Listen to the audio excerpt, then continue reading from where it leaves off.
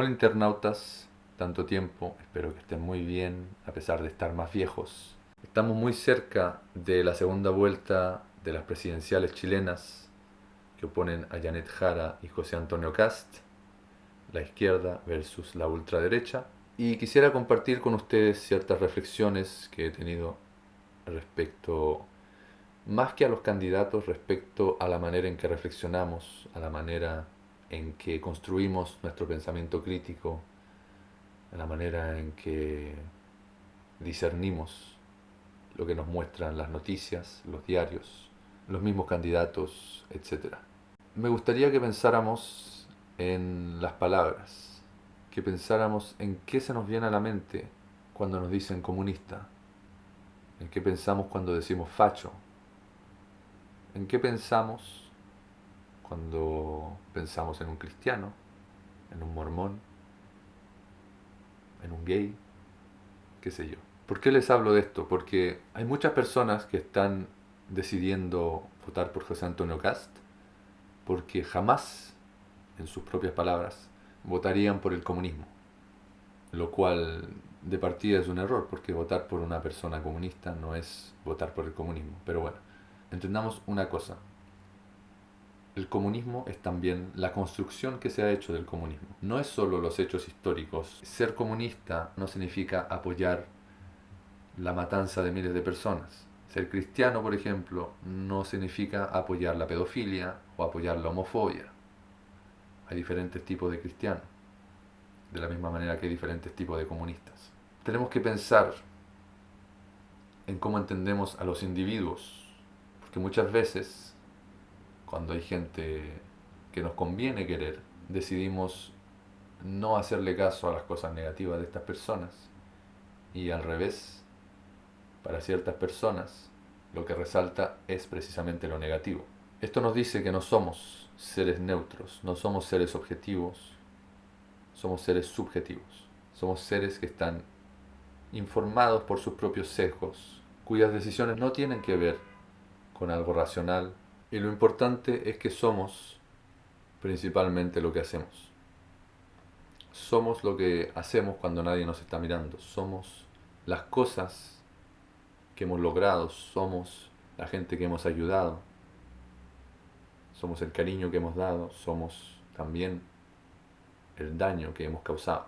Entonces, cuando pensamos en los candidatos presidenciales, da igual lo que los candidatos digan de sí mismos, da igual cómo se presenten al mundo, da igual cuáles palabras usen, porque lo importante no es eso, lo importante no es el lingo, lo importante es lo que esas personas han hecho. La gente no se construye en una elección. No podemos pedirle a una persona, por ejemplo, que no paga sus pensiones alimenticias, de ser un presidente responsable. Eso no es posible. Una persona que tiene alegaciones de acoso, de agresión, estoy obviamente hablando de Franco Parisi, por ejemplo, no se puede, no puede una persona con ese nivel de ética que le permite hacer esas cosas ser un presidente ético.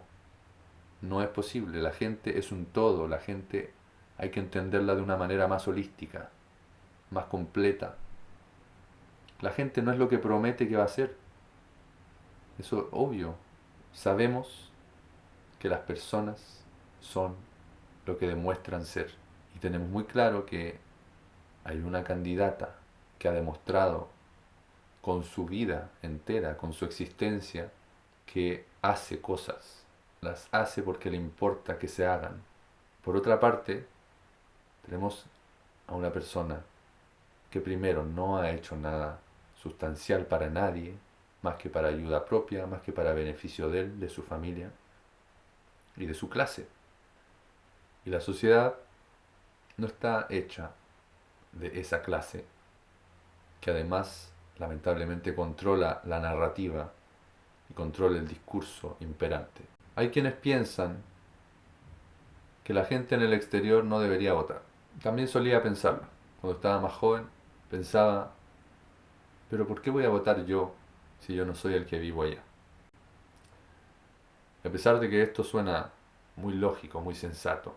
Simplemente continúa una lógica de individualización de los problemas y de soledad, que es desapegarse de nuestras comunidades, es perder el vínculo con nuestra identidad, es perder de vista quiénes somos, es no pertenecer, quitarnos la pertenencia. Sería lo mismo que las personas que no les importa despilfarrar ahora, porque de todas maneras cuando el planeta esté en llamas, no van a ser ellos los que estén aquí. Como las personas que no les importa contaminar, que no les importa seguir yendo en contra de las recomendaciones de las personas que entienden el cambio climático. Sería lo mismo que quienes dicen que no van a votar porque están fuera y que no les incumbe.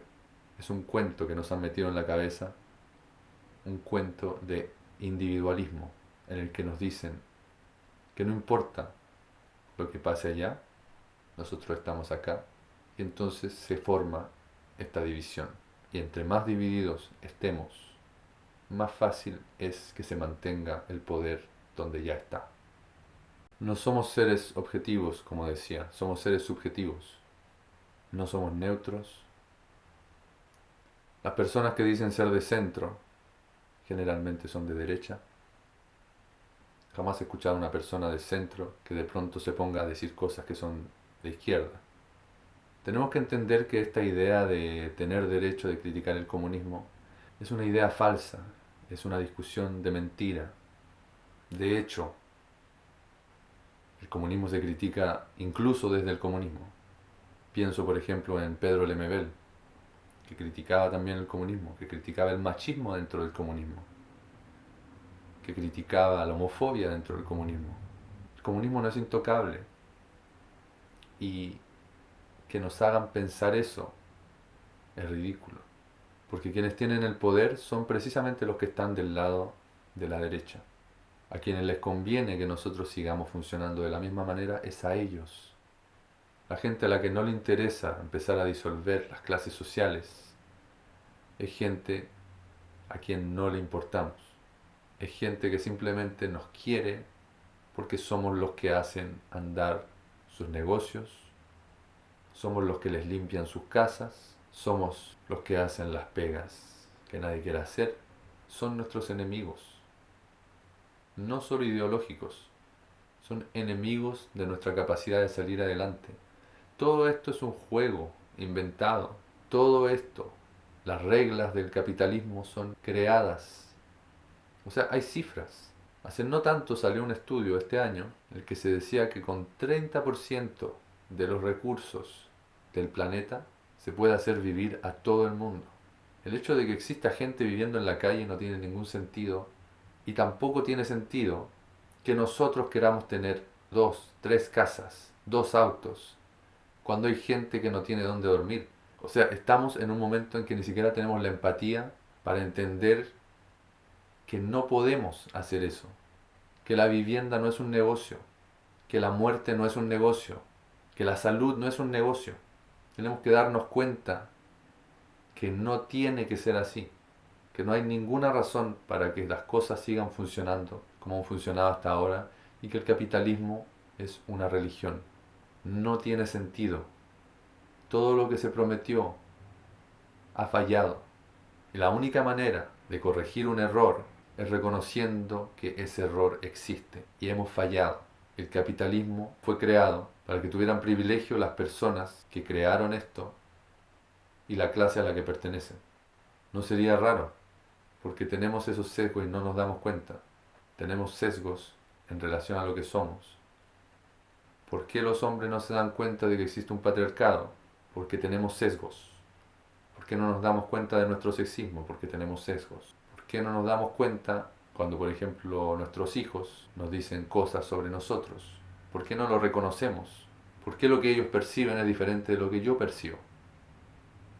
Porque tenemos sesgos. A la hora de votar, piensen en qué candidato o qué candidata le conviene a la mayor cantidad de personas, especialmente a las que están más abajo, especialmente a las que no tienen nada, especialmente a las que son tratadas más injustamente que el resto. Hay personas que dicen que así como los de derecha dicen comunistas a los de izquierda, Los de izquierda también dicen facho a cualquier persona. Pero yo quiero recalcar una diferencia importante. No existe el partido fascista. Las personas que adhieren a una ideología fascista o fascistoide se esconden, no lo dicen. Lo sé porque he hablado con neonazis. He hablado con personas que me han dicho cómo operan, y así es como operan, escondiéndose, ocultando su ideología hasta el último punto, de la misma manera que funcionan las sectas. Es empezando por mostrarse como grupos de ayuda, grupos que van por la calle, por ejemplo, se van a sacar fotos recogiendo basura en un parque, se van a sacar fotos dándole comida a la gente que está en situación de calle, luego se dan una buena imagen, entonces se ganan la confianza de la gente.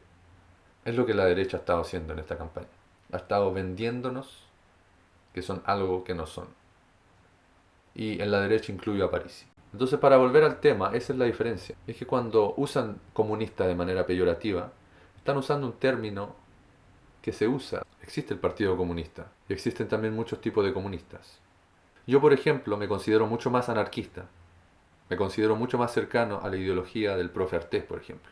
Pero eso no significa que no pueda darme cuenta que Janet Jara es la mejor opción. No significa que no pueda decirme a mí mismo, esto está bien, es un buen paso. Y no vamos a entrar a hablar de lo que es el anarquismo y el comunismo porque sería muy largo. Pero les puedo asegurar que no es lo que se dice comúnmente. Y es muy práctico para la derecha usar el término comunista. Porque la propia derecha ha creado un imaginario en torno a lo que es ser comunista. Han construido un espantapájaro llamado comunismo, muy amplio, en el que se incluye a todos nosotros, a toda la gente de izquierda, a quien sea que tenga una opinión woke, como dicen ahora. Y recordemos que el término woke viene de la era de la segregación en Estados Unidos. Era un término que tenía que ver con salirse de eso, algo que hoy día nos parece muy obvio, porque ahora tenemos toda la historia y toda la distancia para analizarlo de manera más crítica. En ese momento probablemente la gente no se daba tanto cuenta, no todos al menos. Entonces ahora no hay que esperar a 20 años más tarde para darnos cuenta que la cagamos. Hay que entender ahora, hay que empezar a darse cuenta ahora qué es lo que importa.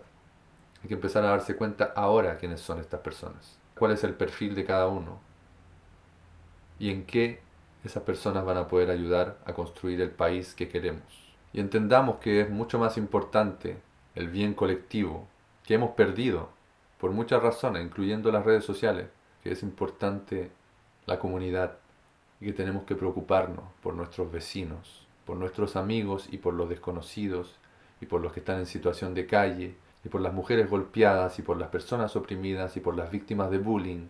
Todos somos parte de la comunidad y es algo que me gusta de Janet Jara, que trata de incorporar ideas de todas partes, que trata de generar cohesión y no división.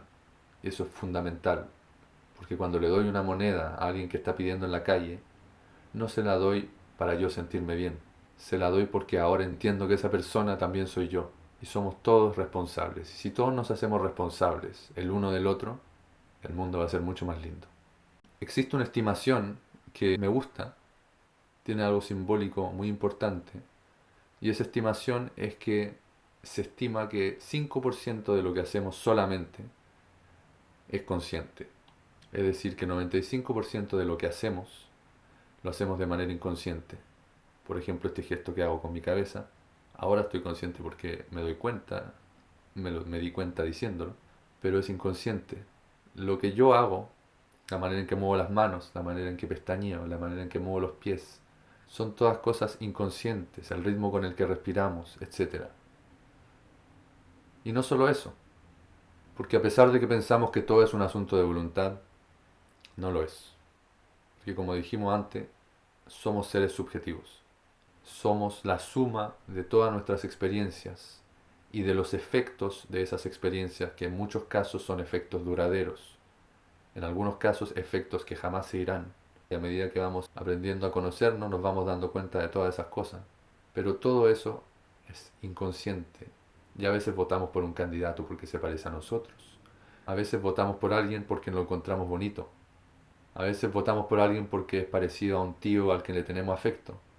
A veces nos recuerda un profe que tuvimos que nos marcó. Y todo esto es inconsciente. Uno no piensa, se parece a tal persona, entonces voy a votar por él. No.